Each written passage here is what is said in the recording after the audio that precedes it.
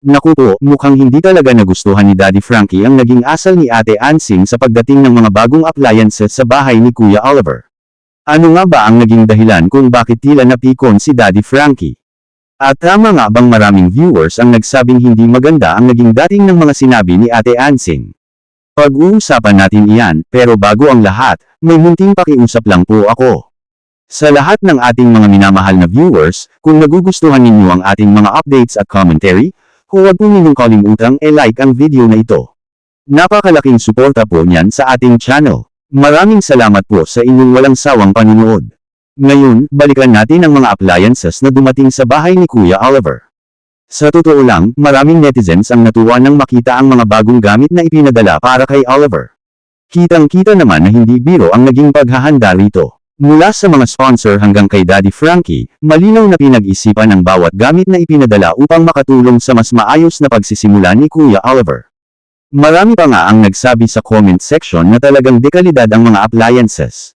Hindi ito basta-bastang mga gamit lamang, kundi mga bagay na pinaghirapan ng mga taong gustong makitang gumanda ang buhay ni Oliver. Kaya naman nakakatuwang isipin na marami pa ring handang tumulong ng walang hinihinging kapalit. Pero habang masaya ang karamihan sa pagdating ng mga appliances, may isang eksena ang mas napag-usapan ng maraming viewers. Ito ay ang naging kilos at mga pahayag ni Ate Ansing habang ibinababa ang mga appliances. Kung pagbabasehan ang naging reaksyon ng mga nanood, napansin nilang tila paulit-ulit na ipinapahiwatig ni Ate Ansing na gusto rin niyang magkaroon ng ganoong appliances.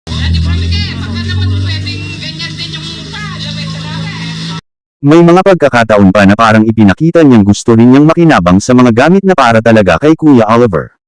May bahagi pa nga ng video na tila sinabi niyang mas gusto na niyang tumira sa bahay ni Kuya Oliver dahil kumpleto na ito sa mga bagong appliances. Dito na marahil nagsimulang menas si Daddy Frankie. Kung inyong napansin, medyo tumaas ang kanyang boses habang sinasabihan si Ate Ansing na tumahimik muna dahil malinaw na ang mga appliances ay para kay Oliver. Nanay Ansing, bigat na pagod na kami. Ikaw, request dyan ha. Manahimik ka muna. Sa pananaw ko, hindi ito dahil gusto lamang niyang pag-alitan si Ate Ansing. Ang gusto lang iparating ni Daddy Frankie ay may tamang panahon at tamang lugar para sa mga biro at mga hiling. Habang ibinababo ang mga gamit na ibinigay para sa isang tao, hindi magandang pakinggan kung may ibang tila nagpapahiwatig na gusto rin niyang mapunta sa kanya ang mga iyon. Kung ako ang tatanungin, tama ang naging paalala ni Daddy Frankie. Kapag may taong tumanggap ng biyaya, lalo na kung bunga ito ng kabutihan ng mga sponsor at ng mga taong tumulong, nararapat lamang na igalang kung sino talaga ang pinaglaanan nito. Hindi magandang tingnan kung sa mismong oras ng pagbibigay ay may ibang nagpapakita ng interes na para bang gusto rin niyang makuha ang mga gamit. Isa pa sa napansin ng maraming viewers ay ang tila mga parinig ni Ate Ansing tungkol sa mga appliances. Maaaring biro lamang iyon sa kanyang pananaw, pero hindi lahat ng biro ay maganda ang dating sa mga taong nanonood. Minsan, ang paulit-ulit na biro ay nag-iiwan ng ibang impresyon. At dito pumapasok ang salitang arbor. Alam naman nating karaniwan itong ginagamit bilang biro sa ating kultura. Pero kapag ang ina-arbor ay mga bagong gamit na malinaw na ibinigay sa ibang tao, iba na ang nagiging dating nito. Hindi na ito simpleng biro para sa maraming tao. Maaari itong magmukhang pagnanais na mapasakamay ang isang bagay na hindi naman talaga para sa atin. At para sa akin, dito nagkamali si Ate Ansing.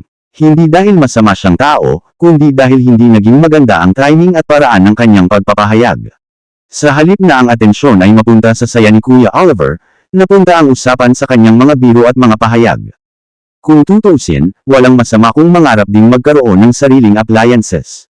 Lahat naman tayo ay may mga pangarap sa buhay.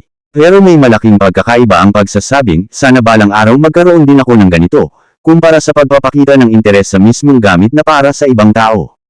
Ang una ay inspirasyon. Ang ikalawa ay madaling mabigyan ng maling kahulugan. Kaya naiintindihan ko rin kung bakit medyo uminit ang ulo ni Daddy Frankie. Isa siya sa mga taong nakakita kung paano pinaghirapan ng mga sponsor ang lahat ng ito. Alam niya kung gaano kalaki ang naging sakripisyo para mabigyan si Kuya Oliver ng mga kagamitan na makakatulong sa kanyang pang-araw-araw na pamumuhay. Natural lamang na protektahan niya ang layunin ng mga taong tumulong. Hindi rin biro ang halaga ng mga appliances na iyon. Ang bawat isa ay bunga ng tiwala at malasakit ng mga taong gustong makita si Oliver na makabangon sa buhay. Kaya nararapat lamang na igalang ito at iwasan ang anumang salita o kilos na maaaring magbigay ng maling impresyon. Para naman kay Ate Ansing, kung sakaling makarating sa iyo ang mensaheng ito, sana ay huwag mo itong isipin bilang paninira o panghuhusga. Mas maganda sigurong gawin itong pagkakataon para pagnilayan ang nangyari. Kapag may taong pinagtutula, mas magaan sa pakiramdam kung tayo ang unang magpapakita ng tunay na saya para sa kanya. Hindi natin kailangang iparamdam na gusto rin nating mapasa atin ang kanyang natanggap. Darating din ang tamang panahon para sa bawat isa.